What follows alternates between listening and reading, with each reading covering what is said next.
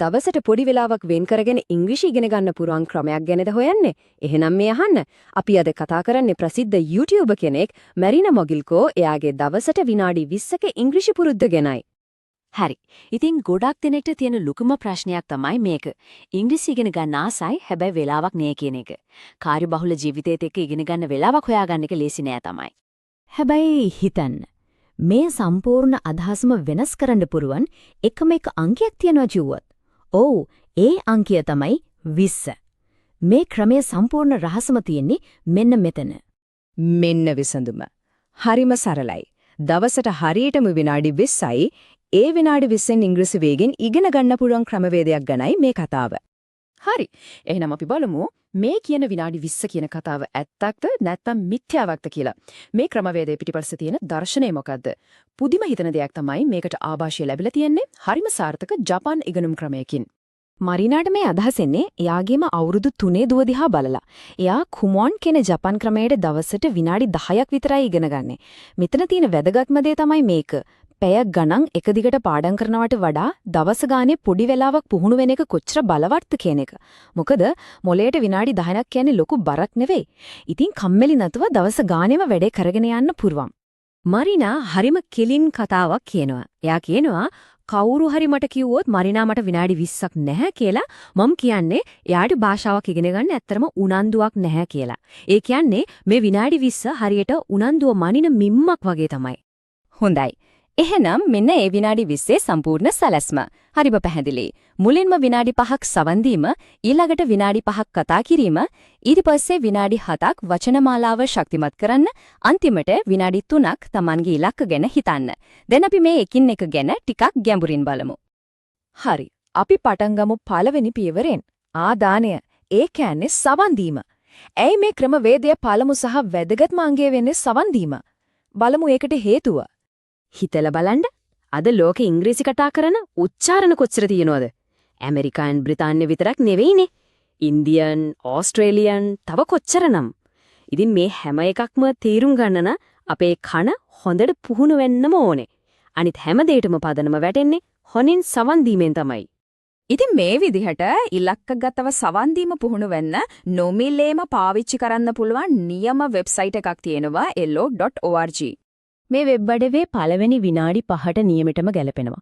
මොකද Tamanට ගැලපෙන මට්ටමක් තෝරගන්න පුළුවන්.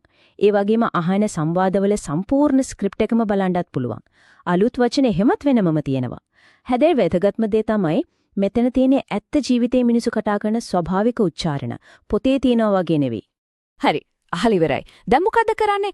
ඊළඟ පියවර තමයි ඒ අහලාගත්ත දැනුම සක්‍රීය කුසලතාවයක් බවට පත් කරන එක. ඒ කියන්නේ කතා කරන එක. මේක හරිම වැදගත් දෙයක්.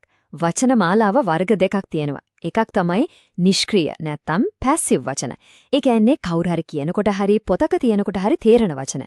අනික තමයි සක්‍රීය නැත්නම් ඇක්ටිව් වචන. ඒ කියන්නේ අපිට ඕන වෙලාවක මතක් කරලා කතාවකදී පාවිච්චි කරන්න පුරවන වචන. ඉතින් කතා කිරීමේ පුහුණුව කියන්නේ හරියට අපේ පැසිව් වචන ටික ඇක්ටිව් වචන බවට මාරු කරන ව්‍යායාමයක් වගේ. හොඳයි. කතා කරන්න කෙනෙක් නැති එක ප්‍රශ්නයක්ද? මෙන්න විසඳුම.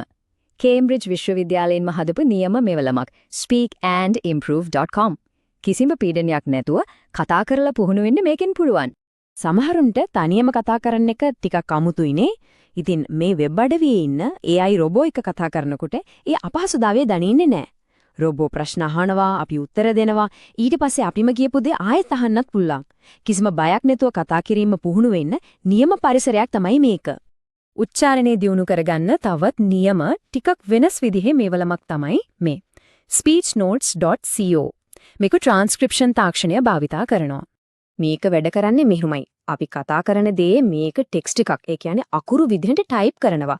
හිතන්න අපි කියන වචනයක් මේ ඇල්ගොරිතමයට තේරුම් ගන්න බැරි වුණොත් ඒක තමයි ලකුණ.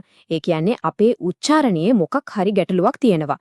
ඒ විතරක් නෙවෙයි මේක ඉබේම කොමා නවතන තිත් වගේ දේවල් දාන නිසා වාක්‍ය ව්‍යුහය ගැනත් හොඳ අවබෝධයක් එනවා. හරි. දැන් අපි අහලත් ඉවරයි, කතා කරලත් ඉවරයි. දැන් වෙලාව ඒ පළවෙනි විනාඩි 10 ඇතුලේ ඉගෙනගත්ත අලුත් වචන ඇතරම අපේ ඔළුවේ තහවුරු කරගන්න. මේකට තියෙන්නේ හරිම සරල පියවර 3ක ක්‍රියාවලියක්. මුලින්ම අද අහපු කතා කරපු දේවල් වලින් අලුත් වචන 3ක් හරි 5ක් හරි තෝරගන්න. ඊට පස්සේ ඒ වචන ලියාගෙන ඒවා දාලා අලුත් වාක්‍ය හදන්න. වැදගත්ම දේ ඒ අලුත් වචනයි අලුත් වාක්‍යයි හොඳට හයියෙන් කියවන එක.